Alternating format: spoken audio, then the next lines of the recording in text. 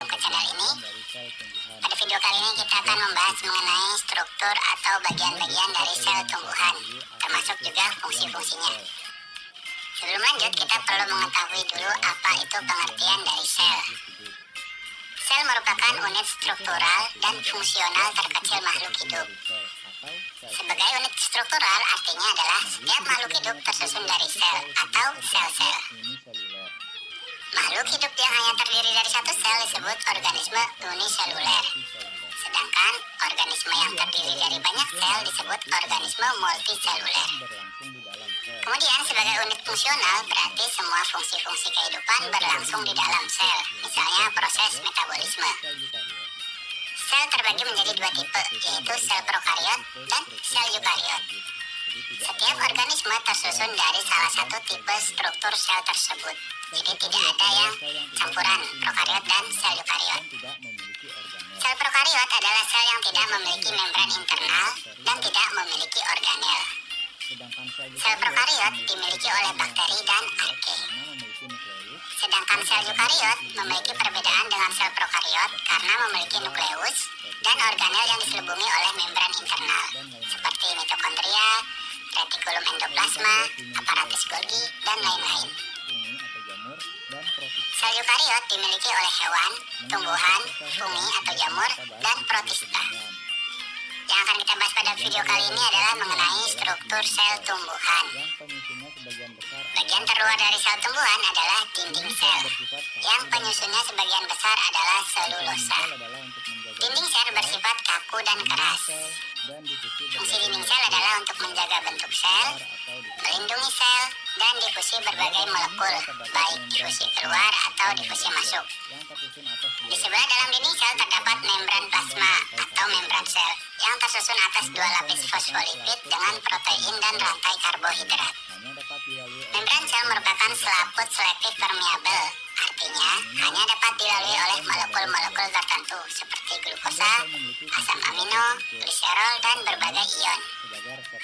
Membran sel memiliki fungsi sebagai berikut. Yang pertama, sebagai reseptor atau penerima rangsangan dari luar. Yang kedua, melindungi agar isi sel tidak keluar. Yang ketiga, mengontrol keluar masuknya zat. Dan yang keempat, tempat terjadinya reaksi biokimia.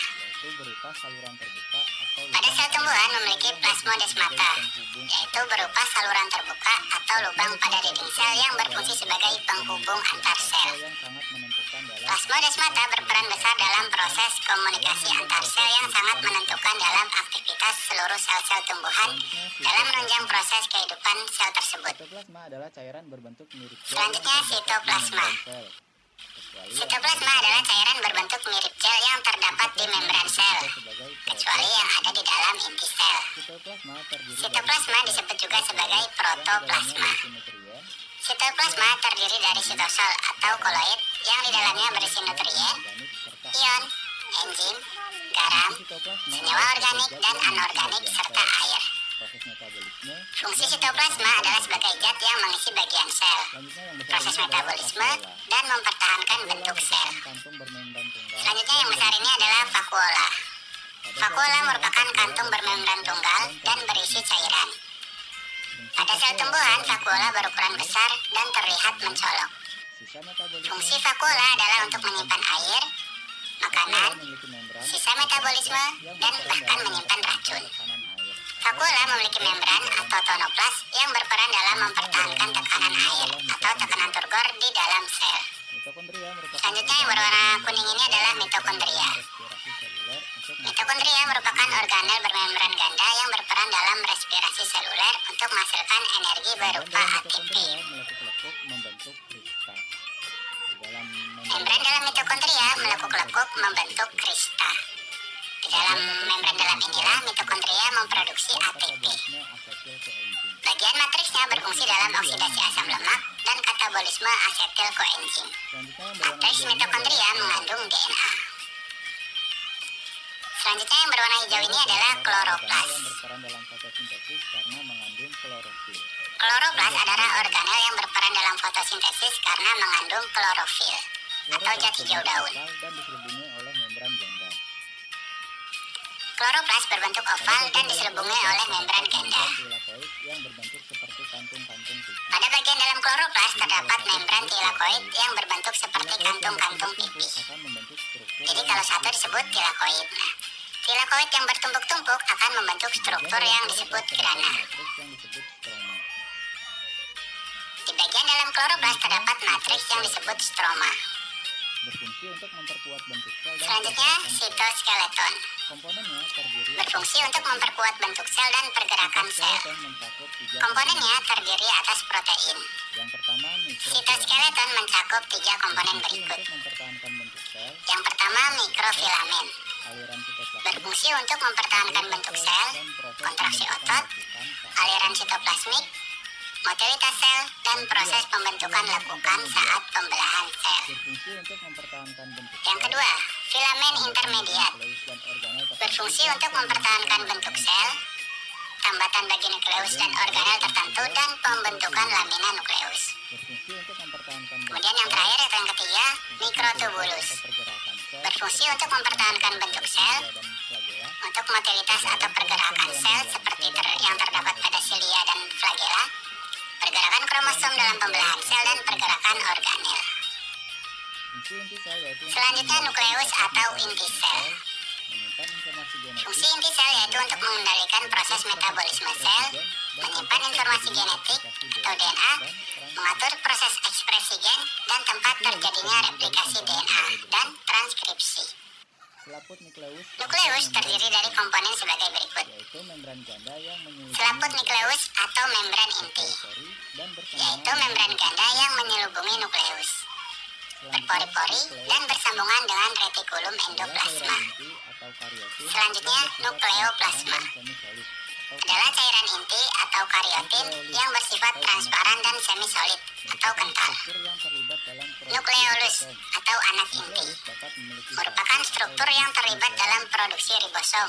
kromatin. Nukleus dapat memiliki satu atau lebih nukleolus. Materi yang terdiri dari Kromatin dan protein. nampak seperti benang-benang, merupakan materi yang terdiri dari DNA dan protein.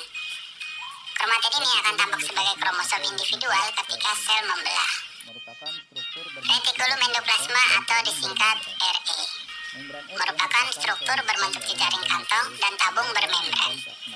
Membran RE merupakan kelanjutan dari membran nukleus hingga ke membran plasma. Jadi, RE merupakan saluran penghubung antara nukleus dengan bagian luar sel. Dalam sel terdapat dua tipe retikulum endoplasma, yaitu retikulum endoplasma kasar atau RE kasar. Permukaan retikulum endoplasmanya diselubungi oleh ribosom yang tampak berbintil-bintil, sehingga disebut RE kasar. Ribosom adalah tempat sintesis protein. Protein ini akan ditampung oleh RE kasar, yaitu di dalam rongga RE. RE yang kedua adalah RE halus atau retikulum endoplasma halus. RE halus adalah RE yang tidak ditempeli oleh ribosom hingga permukaannya halus. Retikulum endoplasma memiliki beberapa fungsi sebagai berikut. Yang pertama, untuk mensintesis lemak dan kolesterol. Yang kedua, menampung protein yang disintesis oleh ribosom dan disalurkan ke kompleks Golgi, dan akhirnya dikeluarkan dari sel. Yang ketiga adalah transportasi molekul-molekul dari bagian sel yang satu ke bagian sel yang lain. Yang keempat, untuk menetralkan racun atau detoksifikasi, misalnya RE yang ada di dalam sel-sel hati. Kemudian tadi ribosom,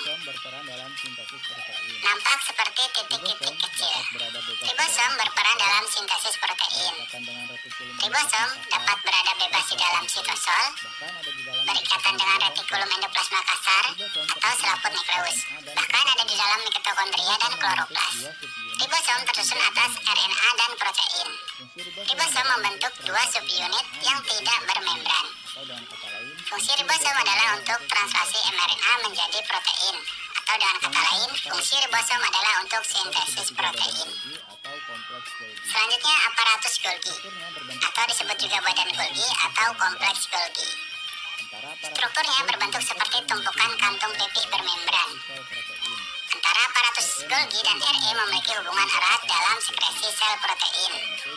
RE menampung dan menyalurkan protein ke aparatus Golgi. Selain itu, badan Golgi memiliki fungsi sebagai berikut. Yang pertama adalah sintesis polisakarida. Yang kedua, membentuk membran plasma. Yang ketiga, membentuk kantong sekresi untuk membungkus zat yang akan dikeluarkan dari sel. Yang keempat adalah untuk membentuk akrosom pada sperma, kuning telur pada sel telur, dan lisosom. Merupakan organel dengan berbagai fungsi metabolik terspesialisasi. Selanjutnya, perioksisom merupakan organel dengan berbagai fungsi metabolik terspesialisasi dengan menghasilkan H2O2 atau hidrogen peroksida sebagai produk sampingnya. Kemudian produk samping ini akan dirubah menjadi H2O atau air dan O2 atau oksigen. Selanjutnya, plastida. Plastida berperan dalam pembuatan dan penyimpanan berbagai senyawa kimia yang dibutuhkan oleh sel. Sebenarnya tadi kita sudah bahas mengenai plastida, yaitu tentang kloroplas. Jadi kloroplas merupakan salah satu jenis plastida. Pada umumnya plastida dikelompokkan menjadi dua jenis, yaitu kromoplas yang mengandung banyak pigmen dan leukoplas yang tidak mengandung pigmen. Kromoplas dapat dibagi lagi menjadi kloroplas yang memiliki pigmen klorofil dengan warna hijau, phaeoplas memiliki pigmen fukosantin dengan warna coklat gelap, dan rhodoplas memiliki pigmen phycoerythrin dengan warna merah.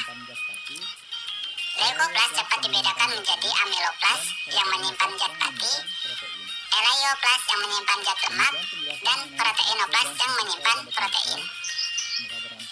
Demikian penjelasan mengenai struktur dan fungsi sel pada tumbuhan. Semoga bermanfaat. Mohon maaf jika ada salah. Terima kasih.